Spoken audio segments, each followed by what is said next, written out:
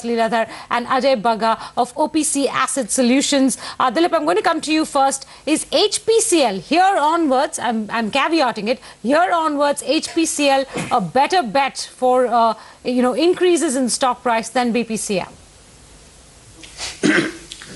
Menka, I think the difference between BPCL and HPCL, if at all, has only increased quite a bit. There's simply no doubt about it. But one thing is sure, that BPCL will continue to get a superior premium even on a sustainable basis, even in the near future. But I think what is more important is the widening valuation gap between the two. Now, if one were to see just the sales difference between BPCL and HPCL, it's hardly much. And if you see the valuation difference, it's almost, I think it's something like 2.5 times is the difference between HPCL and BPCL. So I would think that HPCL certainly merits a much closer look for a slightly longer term investment. Because if you see, if you were to value some of the assets, only the refining assets on the old refining assets itself, the price I would give is close to around 300 rupees. And if one were to really add the investments which they have made in the new assets, I think if one were to assign some value, I would still give about 150 to 200 rupees more. So I would think that HPCL's fair value should be around 550 rupees on a longer term basis. 550 to 600 should be the level. And I think BPCL, of course, would move up even from the current levels. But I still think that real good money is yet to be made in HPCL. All right, fair enough. We're going to sort of strengthen that argument of yours, Dilip, with some more views from brokerages. But before that, Ajay, are you in the corner of HPCL or BPCL here onwards? Well, BPCL has been my favorite for a long time. I've spoken about it. And if you even see a one-year price performance, HP has given very good returns. 52-week low for HPCL would be in the 150, 158 range, going up to 450 now. I would say BPCL, because of its Brazil and Mozambique assets, it's an upstream play as well because of those investments and the new refineries and the new capex that is planned, what Dilip was talking. And one caveat, Menka, what you mentioned at the beginning, I think we are talking at 101 levels of Brent today. If anything went wrong there, all these analysis would change very fast. I think most of the brokerages, their analysis went wrong because we were putting in 110, 108 kind of Brent levels in the analysis. So this is very much changed at 101. It can change even more dramatically if it goes to $95 a barrel. All right, yeah, Menka, I just wanted to make one more point before you go, ask the next question. This whole BPCL versus HPCL move also has to be looked in context, because year to date, both have now done similar. Yeah, but so almost similar. But in the last 2 years, market has shown quite a bit of maturity, because this year the trigger has been the fall in crude prices and fall in under recoveries.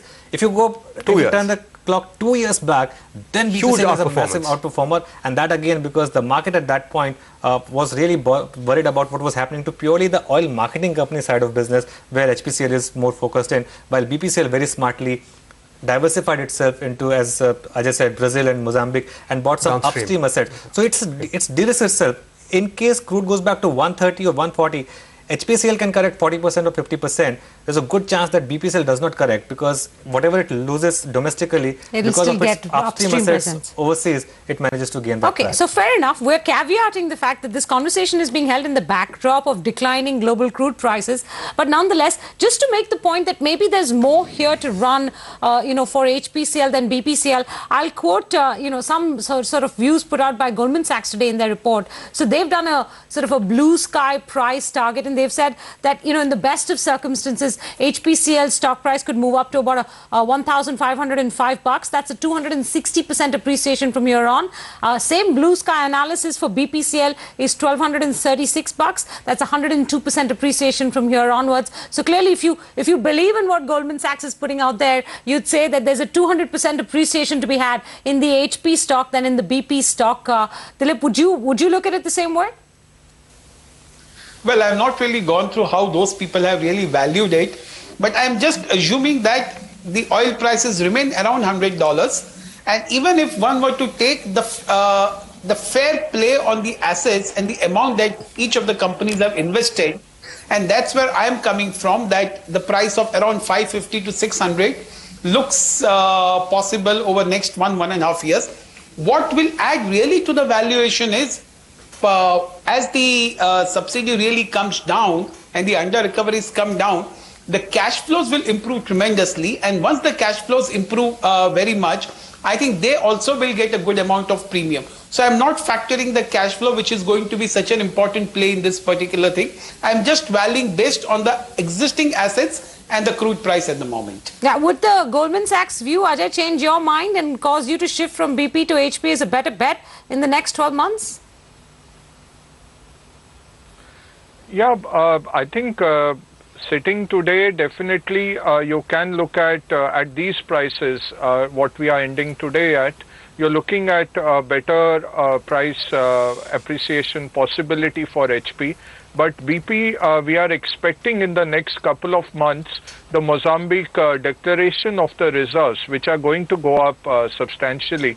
So there is a 250 rupee embedded in BP price on the exploration part, both Brazil and Mozambique, which could get re-rated further. So again, as Anuj mentioned, one is the India play with the subsidy burden going down, the global oil play. We are seeing the finance costs going down substantially. BP, in fact, has reduced its loans outstanding by nearly 5,000 crores in the last quarter, down to 15,000 crores from about 20,000. So we are seeing those benefits coming through, but BP has this hidden edge of upstream assets. So I would still say that if you had to choose between the two, maybe 60% money in BP and 40% in HP. That's how I would say. Ajay, I think the concern for all of us is the possibility of oil spiking again, but none of us are oil experts. But given the fact that we've had pretty bad news coming out for oil, at least for oil consumers, whether it was in the Middle East or whether it was Ukraine, and oil showed stickiness, are the days of spiking oil at least over for the short term? So will that mitigate the risks on HPCL? Well, if you see the global demand supply scenario of 93 million barrels per day, the US has become a huge contributor. That is what is really moving the oil prices. Secondly, the investment banks having retreated from commodity speculation. Otherwise, you would have a speculative premium, and any geopolitical uncertainty, we used to see those spikes coming in. That is a natural beneficiary from global investment banks having moved out of the commodity space because of various regulatory and capital reasons. So those are the two big factors, the US supply and the speculative element missing, apart from a lower Chinese growth. If you see the first quarter numbers for China, they are for certain products, they are as low as a degrowth of 15%. They are having an impact on the oil price as well. So these three are the factors. Apart from that, we are seeing more capacity coming in. We have seen about 700,000 barrels refining capacity coming up already this year. Our refiners are running at 80% output capacity. Okay. So there is some amount of operating leverage as well that can come in with the new capex that is being put in. Okay, Ajay, that point is taken. That point is taken. But we are now talking about how to play these stocks, and there's also IOC in between. 10 years back, IOC's market cap was, I think, 90,000, 1 lakh crores. It's still 85,000 crores right now. The stock hasn't moved anywhere. In fact, on a 10-year period, all these three stocks have not done too much. What would be fair value for you for these three stocks? Well, it comes back to the point that you had such a huge subsidy burden and the subsidies were not paid in time. which has destroyed the financial value for these companies, as oil prices 10 years back were in the low 40s, and they went up all the way to $140, and now you're sitting at $100. And these companies unfortunately had to bear the brunt of that. And even during the year, they had to bear those financial costs, and it would be more of a subsidy coming at the end of the year or in the first quarter of the next year. Okay. So that has been the value destruction that these companies have gone through. Okay. Dilip, do you have any numbers on free hand? Actually, I have one last question Sorry? for Dilip before we wrap this up, and that is, Ajay made it clear, 60% in BPCL, 40% in HPCL. Dilip, would you say the other way around maybe, given that you've been backing HP? Sure, I think I would still settle for more of HP, maybe around 65-70%. And I think BP will come second. But I think between the two, there is no doubt that I feel that HP has more run up. But I think the immediate beneficiaries also will be something like GAIL and ONGC, which we are not speaking, and maybe that is not the topic at the moment. But I think they also will benefit quite a bit. All right, gentlemen, the answers to that question have been dealt with. Stay with us as we talk about more stocks before the end of trade today. But before we do that, let's go across to Kunal Sarogi. He tells you what to buy or sell today for a reverse trade tomorrow. Kunal. Well, the first stock, Menika, is the stock that you've been talking about, and that is BPCL. I see more upside for BPCL going forward. Okay. For me, on the charts, I think it's much better than HPCL. BPCL, I think, can be bought with a reverse target of 687, and one should put a stop loss at 665 on BPCL. The other stock I like is M&M Financial, which has got an inverted head and shoulders on its daily charts, and the stock, I think, can go to levels of 285, 287 going forward. So these are the two stock picks for the day. All right, thanks very much for that. Let's get back to Dilip and Ajay. They're with us, and also joining us, Sudarshan Sukhani at this point in time. Sudarshan, welcome back to this debate that we've been having about oil marketing companies, upstream companies as well, and where those prices could move. I'm going to shift away a little bit from that and talk to you about both HDFC and HDFC Bank, Sudarshan, because those stocks have been under pressure, HDFC especially, for the past few days. What are they looking like on the charts right now, both HDFC and HDFC Bank? Yeah, good afternoon again. Well, HDFC Bank has been an underperformer, and that underperformance is likely to continue. Even among the private sector banks, it's not done well. I think there's a big stall there at trading range, and a stock that doesn't cross that trading range in a bull market like this is best left alone. HDFC has been an outperformer, so the recent, say, subdued performance is just one of those things that happen in a cycle. You see a big expansion, and then you see a period of contraction or sideways movements. It doesn't deter us from buying HDFC if we are an investor. At current levels and without worrying about valuations, there are higher prices coming in. All right, by the way, let's pull out the intraday chart of Apollo Hospitals. Up 6% in the last, almost 7% in the last 1 hour. Last 2 minutes, Senthil, actually. The biggest move has come in the last 2 or 3 minutes. Apollo Hospitals is a stock that we're talking about. See the intraday chart. Big gain on that one. Sudarshan, are you tracking this one? 1190 on Apollo Hospitals now. No, I'm sorry, I'm not tracking it. We miss a lot of the good ones. Indeed. Dilip, what's your call on Apollo Hospitals? Well, I think Apollo Hospital now gets a superior premium, and I think justifiably so, because, you know, the sustainable growth in terms of the annual growth which they are showing, that is going to remain for some more time to come. And even the capital intensity of the business, though it continues to remain a little on the higher side, but I think the bottom line growth and, you know, without any disturbance to that growth is what is getting Apollo Hospital a good premium at the moment. And I think even from the current levels, one can safely expect that one can get about 15 to 20% returns over the next 1.5 years. All right, Apollo is not the only stock that's been buzzing in the last 10 minutes. Berger joins that list as well. A whole host of stocks buzzing. Let's go across to Varinder Bansal. He's drawn up that list of stocks that you should be keeping an eye on in these last few minutes of trade. Varinder. Well, 3-4 stocks, Apollo Hospital, you mentioned Berger Paints, NCC, Nagarjuna Construction, the last 5-10 minutes of trade have been buzzing. Manappuram General Finance, up 20% on that 50 lakh shares, large deal today. Muthoot Finance giving it company up 10%. The Clean India movement giving momentum to most of the stocks. So Mani Ceramics up 15%, Netco Tiles up 10%, HSIL up 5%, Kazaria Ceramics up 4%. Post Tata Motors DVR, it's Future Retail DVR, which is up nearly 8% today.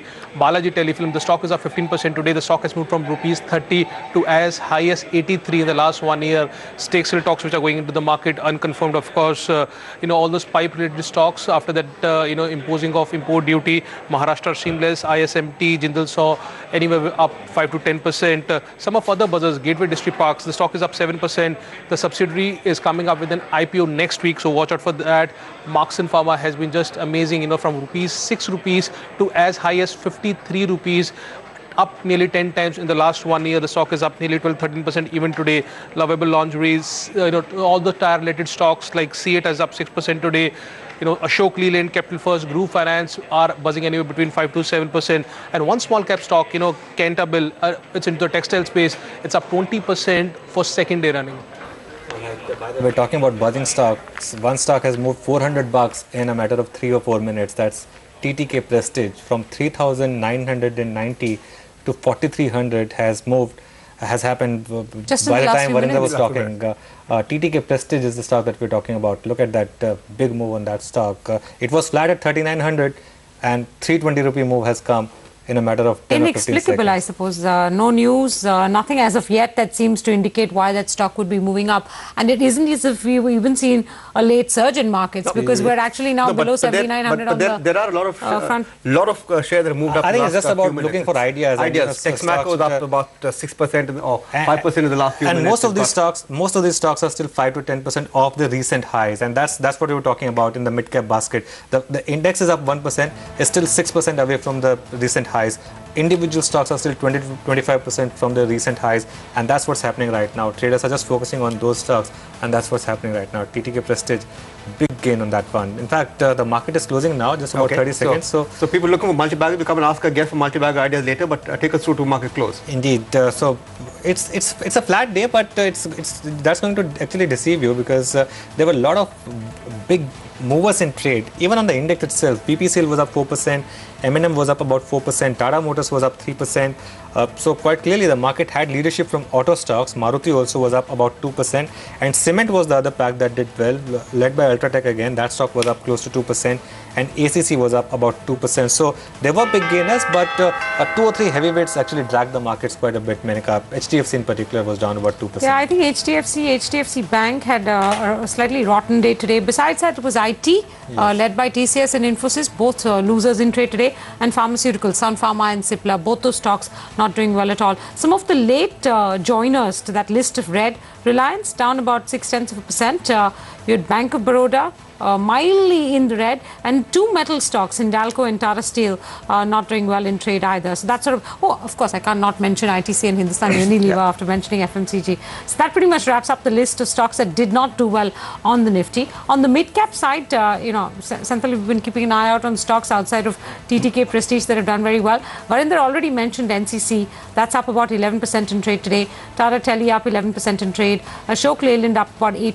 Adani Ports up 5%. Suzlon 5%, Lanco 5%, Nosil 5%, HDIL 5%, a whole list of stocks doing rather well. Manappuram 20%, Cantabil 20%, Marksans Pharma 20%, Balaji Telefilms 13%, Atul Limited, the stock that we used to discuss last month, up 14%, Z-Learn up 11%. So big gainers in mid-cap basket. Yeah, only 2 stocks, and I know we discussed them in our conversations yesterday, Voltas and PFS. Both the stocks ended up as losers in today's trade on the mid-cap side. So that's really where the markets have ended the day, so to speak. And Financial Tech and 8K Mile Software, the mystery stock, that was also down by 5%.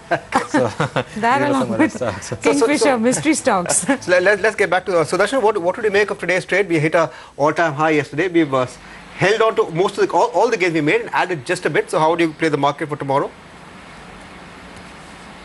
Well, today was a narrow range day, and that tells us that at least for the time being, the markets may be willing to digest their gains rather than make another attempt for new highs. So So tomorrow would be, chances are would be a choppy day. The trade should be to buy on sharp dips, 30-40 point dips, and they could come about. It is not a market where you go and short sell, but buying should be done rather carefully. How would you play ITC, Sudarshan? Because yesterday it was a drag on the index. Today also it's down. So is that sign of weakness, or do you think it's ready or consolidating for a breakout? No, it's not consolidating for a breakout. It's not yet given us the signs that the correction is over or the sideways move is over. It's not yet done that. So ITC is best left alone. Today's big disappointment for me was Reliance. I assumed early morning that Reliance is now likely to break out from a strong resistance at 1030-35. That did not come about. Dilip, a word on Larsen & Toubro. Do you think it's finding its mojo back? For last 2 or 3 days, there's been some buying in that one. Well, I think the Larsen & Toubro, probably what it really appears is that there is absolutely no other stock in its peer comparison where anybody can buy. So though it appears a little overvalued, I think possibly it will spend some time sideways on the correction basis. But this stock may not really show a very fast run up in the near future. But still it remains certainly a stock that you must have in your portfolio. So that stock remains a stock to buy on the dips. And as what I'm just repeating again, that it may not really show any great run up from these levels, because overall fundamentals are still lagging behind the kind of prices that it is quoting at the moment. Dilip, today seems to have been a day when there was a search out for mid caps, I mean for multi-baggers. So leave us with a couple of ideas. Well, I think in the mid-cap space, I think there is something like a Voltas, which we still like a lot. I think Voltas is a stock which can still go to a significantly very good heights. I think in the PSU bank sector, I would still go for something like a UCO Bank. It's quoting around 98 rupees, and I think it's still very attractively valued even from the current levels. And maybe one of those PNBs or BOBs, either of them, but possibly, preferably even BOB. So I think these are the couple of stocks that I would really look at in the mid-cap space. All right, Dilip, thanks a lot for your time today. Ajay, a word on cement stocks. Back among gainers. Ultratech in particular has been quite phenomenal this year, up 54% or so. How would you approach these names? I think they're going to be beneficiaries of an earning revival and an economic revival both. And there is an output gap in the cement industry per se. So there is some operating leverage also working there.